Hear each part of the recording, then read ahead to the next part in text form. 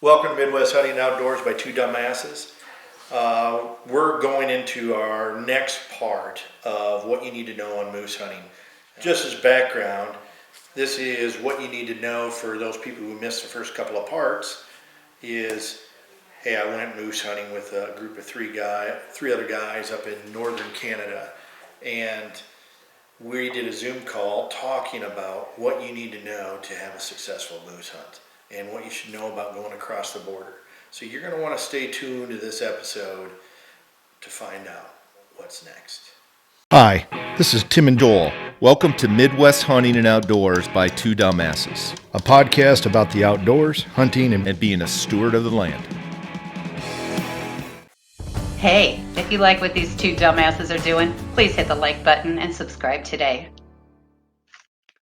I know they can use electronic calls because they're First Nation folks, they're hunting on First Nation land, but is it okay for us to use electronic calls if we were doing a self-guided hunt on their land? I don't know if that's the case or not. I think as long as you have a First Nation, and I'm guessing here, guys, but as long as you have a First Nation license, I think you would be permitted to have you'd be permitted to use electronic call. But I don't know that for a fact. Yeah, I think that'd be something to do a little research on to find out. I certainly wouldn't want to go to another country and break a law. Yeah. You know, I don't like mistakenly doing something here while I'm hunting, and I sure don't want to do it in another country. Yeah, it's for technically two countries, right? I mean, not only Canada, but also First Nations, right? So you guys just I'm not sure if they handle the same as the U.S. does with them being a completely separate sovereign nation or not. I don't know how that works. So, but let's bring this up. I mean, and I didn't have this in here, so it's just kind of I'm calling an audible here a little bit, but we hunted on reservation ground, right? Nathan had 30,000 acres that he was permitted to hunt on. Yeah, to use for guiding. Yep. And, there's nuances associated to hunting. And the reason I bring this up is for our listeners. There's nuances to hunting on private ground, hunting on reservation ground, hunting on public ground. I mean, there's just little nuances to that I think we'll get into a little bit later in the episode. But I just wanted to bring that out. I mean, we did hunt on reservation ground. Yes. Yeah, we hunted on First Nations ground exclusively. And, and this is something I think Bud brought up. I mean, was the area not teeming with wildlife? I mean, I can't believe I've seen so much wildlife in one area. Yeah, I would. Well, I mean, that area as one thing that Phil said when we got there. He said, wow, this reminds me of where your cabin is. And I agree. I mean, the terrain, the type of forest, the type of ground, everything is virtually the same as what I deal with every day I'm in the woods in my area. And I felt very at home there. I mean, I look at the trees, I look at everything is the same growing. It just happens to be in that area. And of course, that's a little more tempered area than us, but it's equivalent, even though they are probably at least 7 to 8 hours further north than us, than my land. So I'm going to move on. Hey, what would you guys say are some of the watch outs? And I'm going to target this to an outfitter. And I know we've already touched on this a little bit, but we'll start with you, Steve. What are some of the watch outs from an outfitter perspective? Well, I think the one thing that you have to do clearly is you have to know what the laws are in those areas. And luckily, when we crossed the border, we were informed of changes in the laws that had happened the year prior, I believe. I believe they happened in 2021, I think they happened, and they changed the tagging system. Prior to that, you could export with a First Nations tag, and that wasn't readily accepted by the First Nations, the different bands. If I remember correctly, I think he said there were 74 different bands in the province of Saskatchewan, and they hadn't received that edict from the province very well. And I think that's where a lot of the problems came in, because the export tags that they wanted to give would not get you out of the country with the meat. Overall, I'm going to lead with Bud. Overall, how happy were you with hunting in Canada? Oh, I thought the experience was great. And I think anytime you and we had been on the road already hunting elk for a week, right, before we got up there to meet you guys in Saskatoon. So, and then we got a little change in plans to, the more rustic camp. But, Phil and I are both military guys, retirees. Flexibility, is the key to air power. It's also the key to happy hunting a lot of times. And so it turned out great. I thought the experience being up there, it's interesting, I downloaded the iHunt Saskatchewan app, but then I didn't get enough service to actually ever check it and see where I was, right? Phil was smart enough, I think, to take his GPS and drop some points, and then, so you can kind of figure out where you're at. But for me, I liked it a lot. I kind of agree with Phil. I wish I'd have been a little bit more aggressive early on in those first few days with Frank, and pushing on some things to go a few different areas and look around a little more. By day 4, kind of sort of had a much better lay of the land. I think I would have probably wanted to hunt a little bit differently in the beginning if I'd have known that. So, but that's on me. New guy, not really knowing what's going on. But otherwise, I'm going back too. I've already sent in a deposit for next year and the next year, and because it's, I disconnect when I go hunting.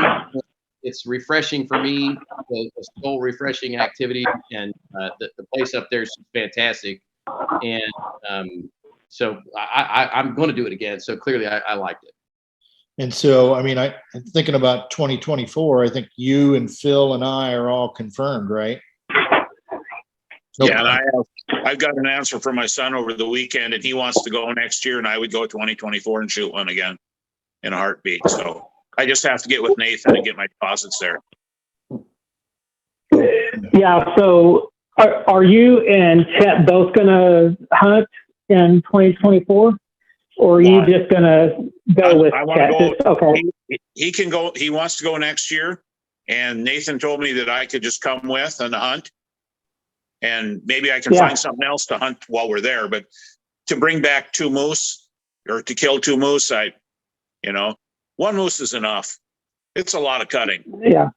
As for that, I want to hunt myself again in 2024. And I would like to shoot at least 1 more before then. And then I would also like to try to find a place to hunt caribou. I've never done that. Yeah, caribou's on my and I would really prefer that it's a drive too. Also, I would love to be able to bring back the animals. Part of that is the fun of doing it. So yeah, I think one of those gotchas that that Steve was talking about earlier, though, I think we decided to move up earlier in the season, and I think something that your listeners might want to pay attention to. Although Phil and I talked to a guy in Montana getting gas who had just come back from the Battlefords area as well, and his party was 0 for 4, and so and was not too far away from us in terms of hunting. So, but I think you need to be careful about which week. This week worked out for Phil and I because we were already elk hunting the previous week, so we'd already driven a couple thousand miles. So what's another couple thousand on top of that? But the season is important, especially when you've got outfitters that are running the same area. Yeah, for our area, what week did he say is the best? So Nathan said the first week of October is the best. That's what we're booked for in 2024. In 2023, we're booked for the last week of September, and he called that his bow hunting week. He said that's when they call them in really close and that we should bring our bows and we would have a decent opportunity to shoot one with a bow if we wanted. Yeah, so the last week of September is really the early part of the rut when they're really calling in good. Yeah, Yeah. that's awesome. I would agree that I think that last weekend in September is actually probably the time that I really would want to hunt. I mean, that's when we always hunted them here in Minnesota. And that was always the best time to see them. So, Yeah, so we'll get a good idea because we'll have hunted all 3 weeks in the last week of September, the first week of October, and second week of October. hey, let's shift gears a little bit. So, Phil, how do you think the border crossing and entering into Canada went for you guys? We didn't have any trouble at all. We crossed in a place on the border where there was only, correct me if I'm wrong, Bud, but I think there was only one border patrol on the U.S. side, and there was 2 on the Canadian side. It was a very small crossing, and they were all very nice to us. They told us what we needed to do to get it back across the border, and everything went real smooth, both going and coming. We didn't have any issues. Yeah, I would just add that we had some information that crossing, or that some of those crossings were open 24 hours, but then when we went to call, found out that they're actually not. And so make sure that you plan ahead enough to know when yours is open. And there's even one of them we didn't use where the U.S. hours and the Canada hours are off by an hour. So one opens at 8, the other doesn't open till 9, one closes at 4, one closes at 5. Yeah. I believe that's due to daylight savings time was why that difference is. Some good border cooperation there. Yeah. What can you say? You know, everybody wants to work normal day hours. So, Steve, how would you say our crossing went going into Canada?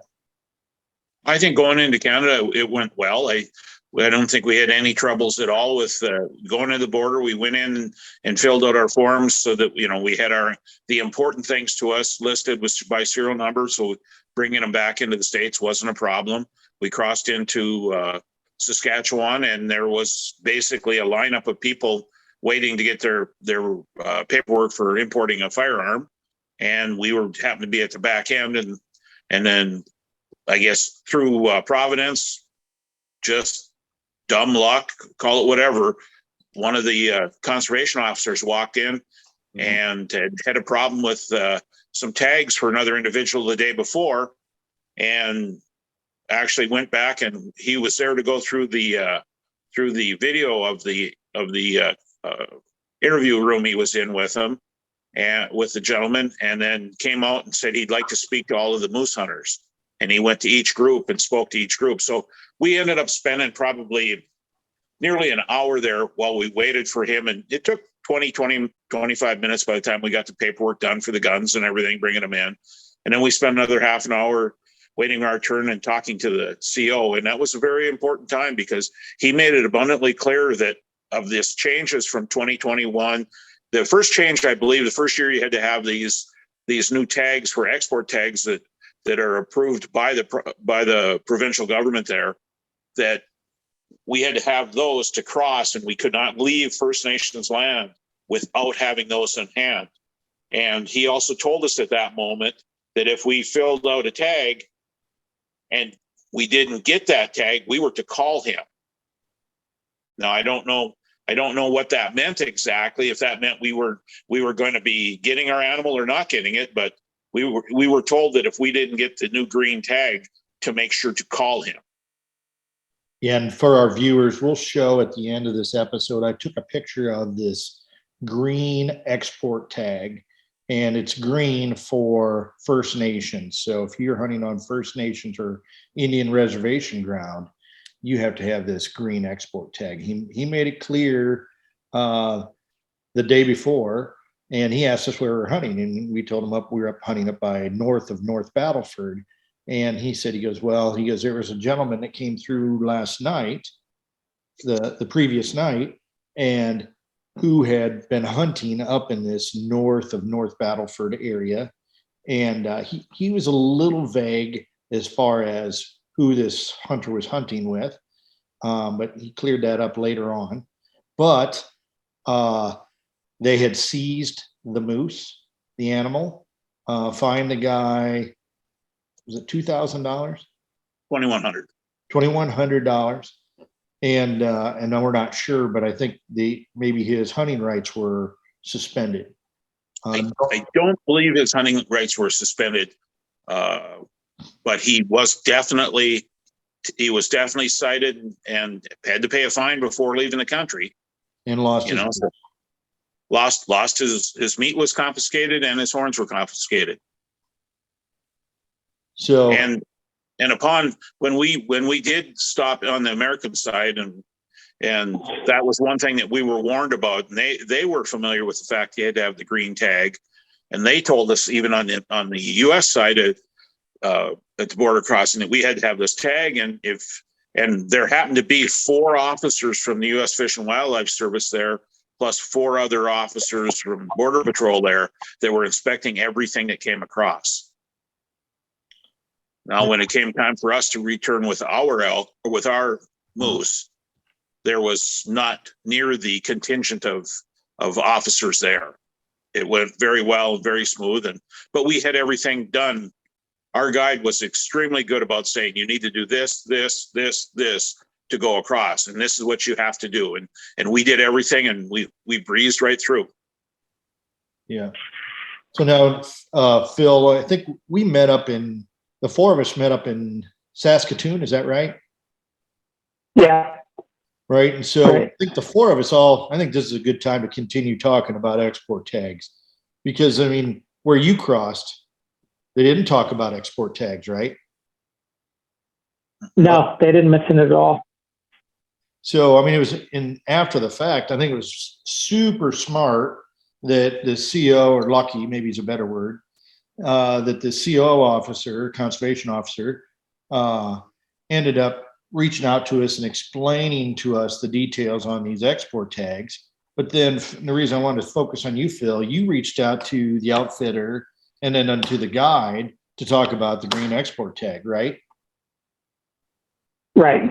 Yeah. And basically, what the broker said is, no, you don't have to have that green tag,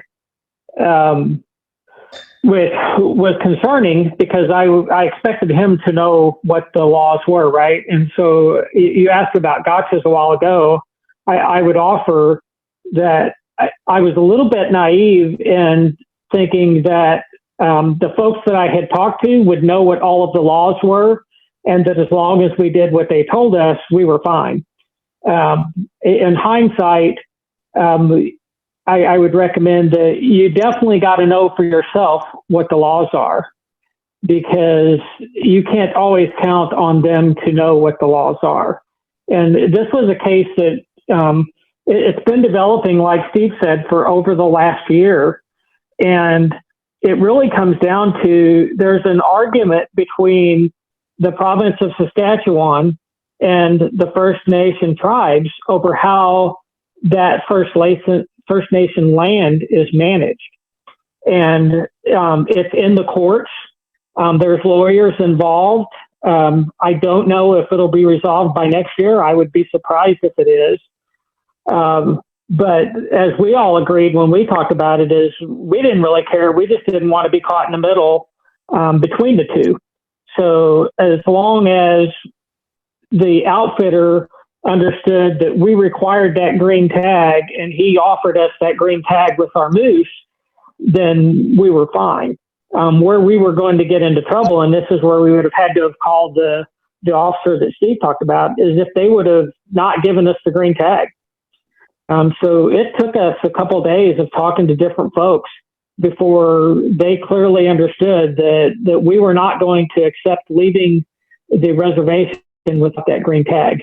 And that's what Nathan told me. I think he probably told you guys too, is the hunt permit that was issued by the First Nation covers us for while we're on First Nation land. But as soon as we step foot off of First Nation land, then we're subject to the laws of the province of Saskatchewan. And that's what was getting these folks in trouble at the border. Correct.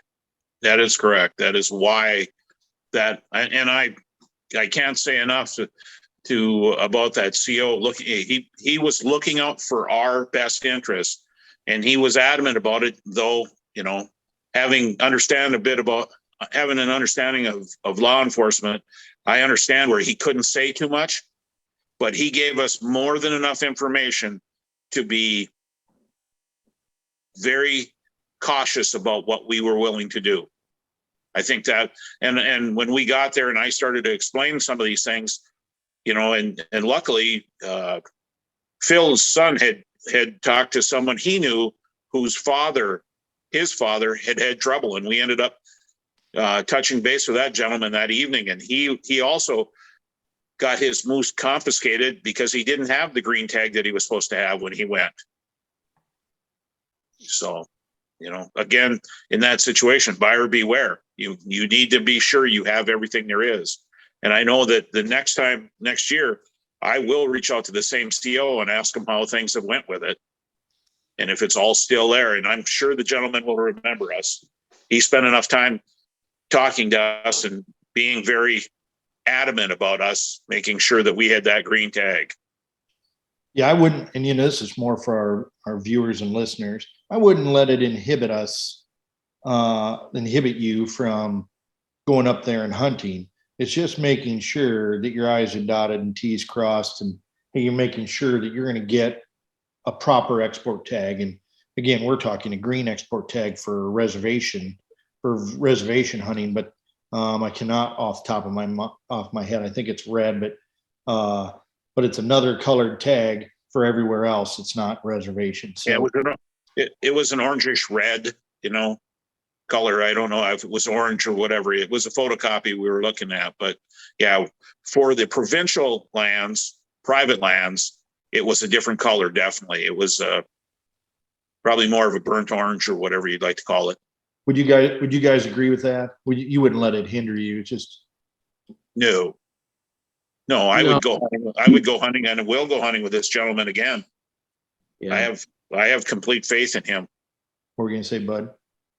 No, I would just say forewarned is forearmed, right? So you get educated about it, you know, and you know, even though it's been going on for a year, it is relatively new and different. And I would also say the red flags went up for me like they did for Phil when we talked to the broker, and he kind of played it off, right? And didn't like that very much.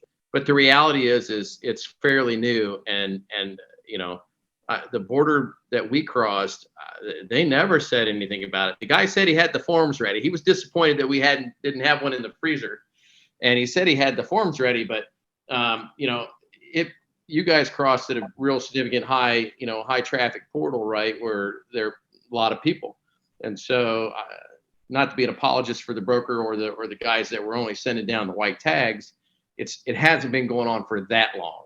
Yeah. And it's a legit beef between First Nation and Canada. And like Phil said, we just wanted to be legal and not in the middle of it, right? 100%. Correct. Yeah. However they take care of their problem there and get that satisfied to the best of the ability they can, I'm good with whatever they do. I just don't want to lose the meat that I expect to take and the trophy antlers back. I want to make sure that I can bring what I have with me. As long as I've done everything legally, then the way I should do it, I don't want to be caught in the middle of someone else's legal argument. Yeah, we're all just lucky that Steve's kind of shady looking and drew the attention of the conservation officers so we can get the right. Yes. Well, you know, kindred spirits, you know. So, hey, moving on. Hey, how far up was our camp, you know, from the border? Anybody how far across the border? Yeah. I would say about 7 hours north of the border would be a fair thing. Yeah, so if you look at it on a map, we were about halfway up north to south on Saskatchewan, and we were right next to the Alberta border.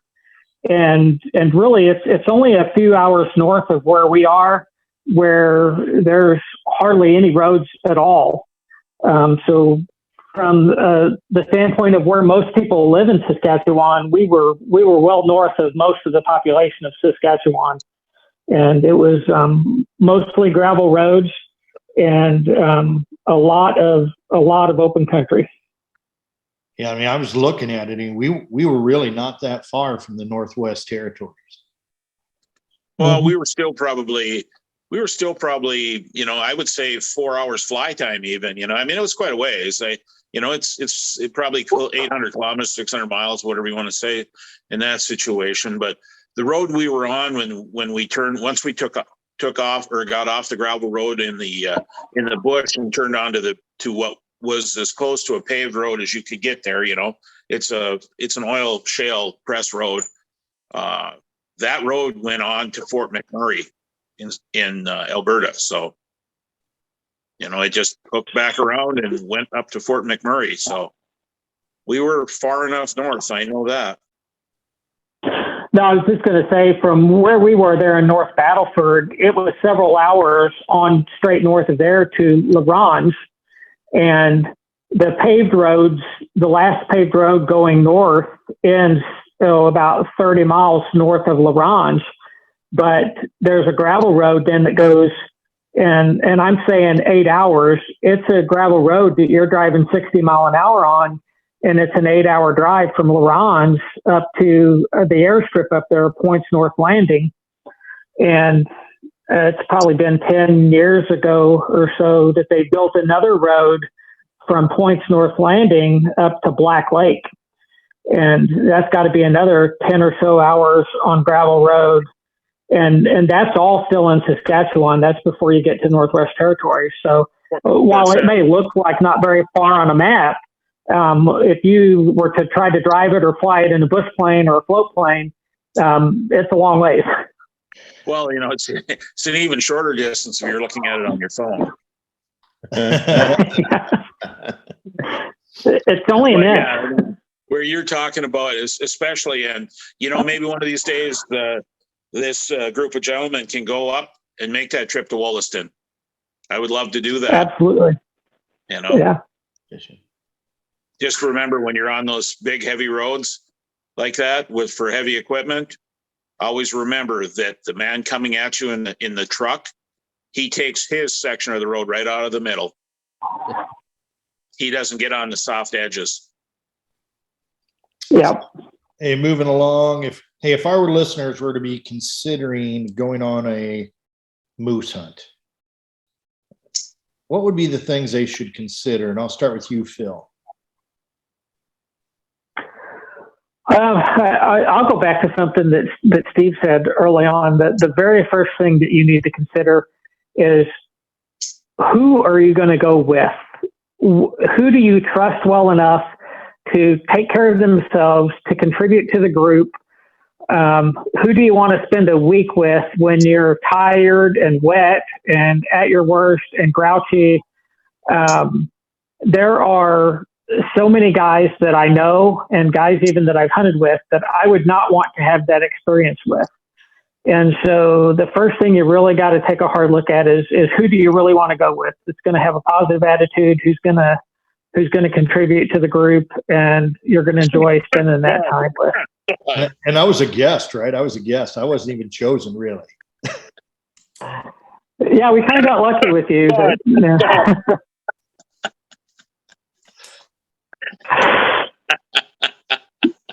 Keep going, Phil. I agree. I think that is really key to it.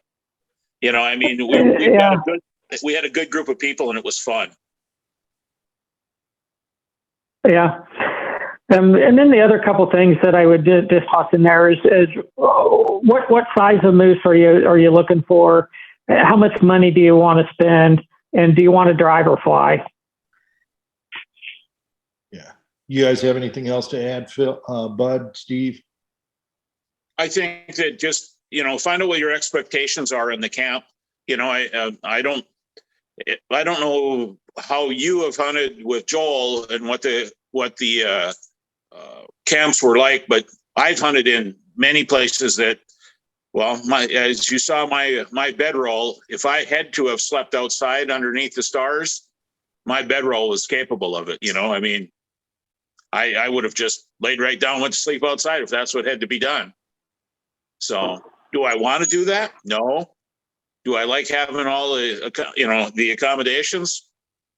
Yeah, I do, but I was more than comfortable where we were. And that's just something that, you know, if you are used to hunting the equivalent of hunting out of a hotel, you know, again, be careful with what you're asking for, because, you know, high dollar hotels and moose hunts in the bush don't really fall together. Bud, do you have anything to add? Yeah, I would say that a couple things. You know, think about the time commitment, right, that you're putting in, but weigh that against, you know, how many times are you going to get a chance to have this opportunity, right? And so, you know, we had a really good friend that passed away a few years ago that we had hunted with for a long time, and all of us have sort of adopted this. The time is now to do the things that we want to do, kind of attitude, and so, but it is a big time commitment, especially if you're going to drive. And you need to think about whether you're willing to do that. But I would always caution, hey, you know, you need to think about how often you're going to get an opportunity to do this kind of thing, right? And then, you know, the other thing I would add is not only the stuff that the guys have you know, talked about, but also, you know, be ready to be flexible. And I mentioned it before, but you know, if you're going to make this commitment and you're going to do it, you got to be ready to adapt to changes, because, you know, at the end of the day, unless you have 2 or 3 weeks, right, the clock is ticking. So be willing to do the things like buy the gear you need if you don't have it, or to change your hunt location and those kind of things. Be ready to be flexible to try to get it done. Yeah, those are good ads. Good ads. All right. So moving on to, hey, what items do you think are necessary for one to take on a big game hunt? We'll start with you, Steve. Well, depending upon the hunt, but you know, the key for this, for me, being as it was a drive-to hunt, was to be able to bring all of the meat back. I've been on that moose hunt where I came back with horns and a package of steaks, and away we go. I didn't want to do that. I wanted to, if I was going to shoot a large animal, I wanted to bring it back. So that meant generator, trailer, freezers in the trailer, equipped to handle it. I mean, we showed up, you know, when you showed up at my place, you already had a Sawzall with you. So, I mean, we were geared to do the cutting and whatever we needed to do at that point, along with knives and whatever we had to do. That was probably the most important thing, you know, having ropes, having the ability and the knowledge, chainsaw, to build whatever you need to build. Like in the bush there, if you had to build a way to, you know, just the any type of A-frame setup to hold your meat off the ground, you need to be able to do that. You know, now, does everybody have that ability? I'm not sure. You know, in the groups that I hunt with, that's a standard. There's nothing that is, I mean, you just do it. As for gear, I agree with Bud. You make sure when you bring your gear that you have your backups. You know, if you'd have looked in my backpack, you would have found a compass on one of the straps. You'd have found a compass in the front pouch, and you'd have found a compass tied in the bottom of my pouch. You know, of course, being a little older than some of you gentlemen, I'm used to lack of electronics. You know, as Bud alluded to, the fact that, you know, having hunted prior to the actual telephones, you know, and cars, it was something we needed to have. You know, He was the geezer of the group. That'd be Mr. Geezer to you. Mr. Geezer. So I'm a geezer everywhere we go, seems like. Bud, you got anything to add? Yeah, no, I mean, no, I think being prepared, and then if you pack, make sure that you know the stuff that you're comfortable in, right? And then the other thing is, you know, be prepared, because we switched from staying in a hotel where we probably could have done, you know, if I'd have packed light because we thought we could do laundry, you know, and then ended up 7 days in the bush, basically, where you didn't really have anything but, you know, baby wipes. That's the other thing I would say: baby wipes, baby wipes, baby wipes, right? So, But yeah, and just typical stuff, something you're comfortable in, but that you can layer, right? Because even in the short 7 days we were up there, we experienced a big swing, right? In weather types. Yeah, well, from 70 degrees to near zero one day. So, Phil, you got anything else you want to add? Yeah, I would throw in a couple things. Steve mentioned freezers. You need one freezer for every person or for every moose that you expect to kill. Because I think you guys found out that there's no way you're putting 2 moose in one freezer. So make sure that you can cover that. Book the hotels early. I booked our hotels for the original hunt a year in advance. That's as far out as most people will let you book. So I just put a placeholder on my calendar, and when it got to the 1 year point, I called and booked our hotels. Book your hunt early. A lot of these hunts, they're already selling out for 2023. They're already selling spots in 2024. So this is something that you really got to plan ahead on, unless you hope to get lucky and get a cancellation hunt or something. So you really do need to plan a couple years out for this.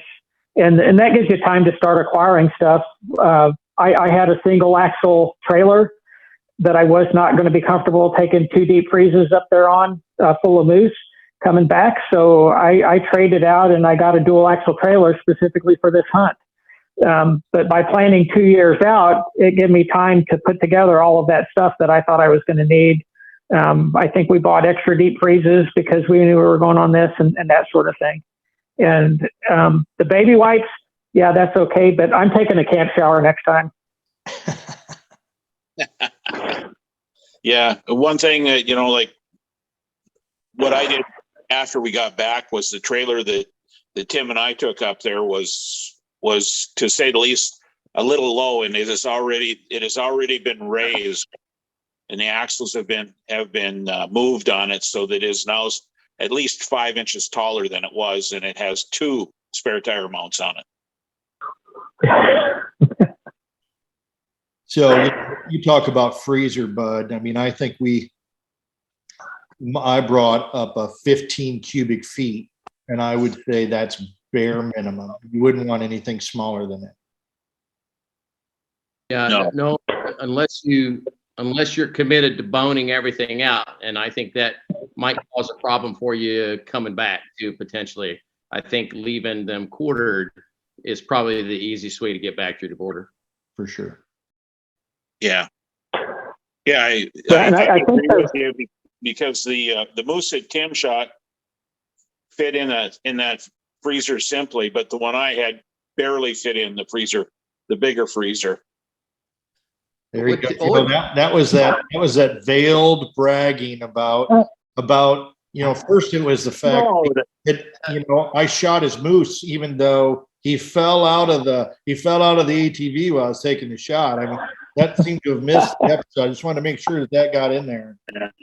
Well, I agree that the ground may have been a little bit uneven, but to say one thing, I mean, in my defense, I did have to have a bigger freezer because my animal was a foot wider, a foot taller, and the chest was a foot deeper than the one you shot. And of course, the horns were 4 or 5 times the size, and it just took more room, and it was heavier. It was a lot of hard work. I just got to say one thing.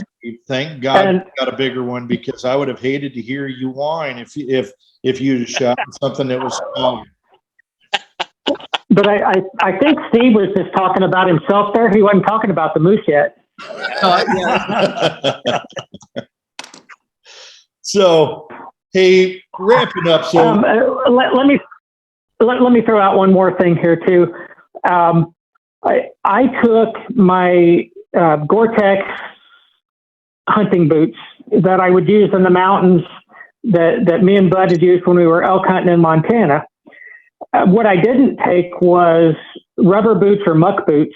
And for a moose hunt, what I learned is you're spending a considerable amount of time around marshy areas. And for my next trip, I'm definitely taking some good muck boots or rubber boots so that I can walk the edges of those areas without worrying about getting my feet wet. Something that comes up pretty close to knee high. I'm also going to throw in my hip waders. I use those for whitetail in a number of situations. And I saw situations up there where had I had a pair of hip waders and I was hunting by myself, I could have made the move on some areas that nobody else would go to because they had regular boots. Yeah, I agree. You know what? You said something else about the marshy areas. I was telling Joel about this. Nathan was bringing up about these marshes, and you remember the lookout. You could be looking out over this whole area and you're thinking it's a forest. And he would tell you that's 8 foot deep of water. And yet A floating bog. yeah, but by looking at it, it looks just like a forest. Yeah. I agree. Those were floating bogs, you know. So I've seen that many times in Canada, like where we fished up in the English River and that, where you'd be coming across and you know, we had just passed there an hour prior to that and there were no trees and no land there and it was just floating by going north, you know. wrapping up, guys, what are we missing? What are we missing? Do we miss anything? You know, the one thing I can think of right offhand is when you go and you have a sense of humor. So don't be mad, Phil. Now I've already called your wife and she's poked holes in all your boots. Yeah. But don't be mad at her. I mean, I'm the one that instigated it, you know. So, and I also told her I to don't- get the insurance paid up. I don't know if she's real happy with me going back up, but that's okay. To get over it. Yeah. Well, I guess that explains why she's so quick to poke the holes in your new boots. Yeah. So lastly, any regrets, guys? Any regrets? Not a one. It was probably one of the best hunts I've ever been on with the people I was with and with the time and the area spent. Yeah, no, like I said, I'm going back, so no regrets. Looking forward to it. And we don't even need to ask Phil. I mean, because he's going up with holy boots and he's doing it twice in the same month. Yeah. And the next 2 years is that. The next 2 years. Well, first off, I want to thank you guys for inviting me to come along. I had a great time. And also really appreciated you guys coming on this show. This probably will be a couple of episodes being at least, but super appreciate you guys spending time. But I know from a time zone perspective, it's getting late for you. But again, thank you guys so much. My pleasure. Yeah, no, it was great getting you for the first time, Tim. It's fantastic. So you're a great dude. I'm sure Joel's a great dude too, because he's a buddy of yours, and so happy to do it. All right. Thank you. Phil, good luck on your hunt. Keep us in tune. I will. All right, fellas, we'll let you go. Thanks again. Have a great night. We'll catch up with you. Sounds good. Bye. All right. Thanks for listening or watching our show. We have some exciting topics and guests coming up. We ask that you subscribe to our channel on YouTube and follow us on Twitter, Instagram, and Facebook. We look forward to hearing your suggestions for topics. Questions and comments. This is Two Dumbasses signing off. Until next time, Be safe, have fun, and get outdoors. outdoors.